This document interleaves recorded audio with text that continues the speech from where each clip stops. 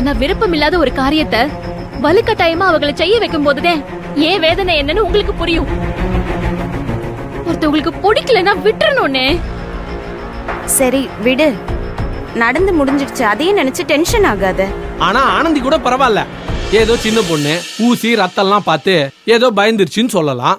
ஆனா அந்த கருணாகரனை பாரு, அவ்வளோ பெரிய உடம்பை வச்சுக்கிட்டு ஒரு கததான் பாரு, அதுதான் சரியான காமெடியா போச்சு. நாமெல்லாம் பார்க்க கூடாதுன்னு எங்கேயாவது ஓரமா போய் உக்காந்துன்னு சத்தமே இல்லாம அழுது நிற்பான்னு நினைக்கிறேன்.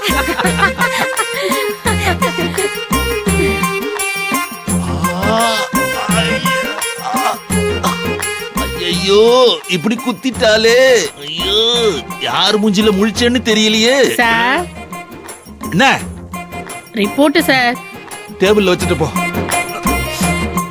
என்ன சார் ரத்தம் எடுத்த இடத்துல கட்டு போட்டிருக்கீங்க? ஏய், கூட சேர்ந்து பண்றதெல்லாம் பண்ணிட்டு கேள்வியா கேக்குற? நீங்க எல்லாரும் புடிச்சுதான் அந்த நர்ஸ் கிட்ட உட்கார வச்சீங்க.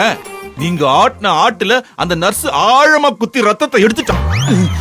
எனக்கு ரத்தம்னா அலர்ஜி, உனக்கு தெரியுமா?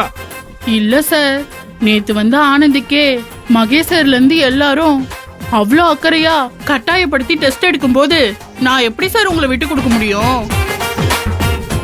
அதான் சார் உங்க மேல இருக்கிற பாசத்துல கொஞ்சம் உணர்ச்சி வசப்பட்டுட்டேன். நீ உணர்ச்சி வசப்பட்டு ஊசி குத்தி விளையாட நான் தான் கிடைச்சனா?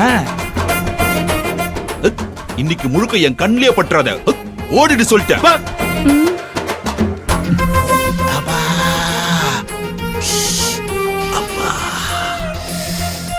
என்ன புலம்ப விட்டுட்டானுங்களே.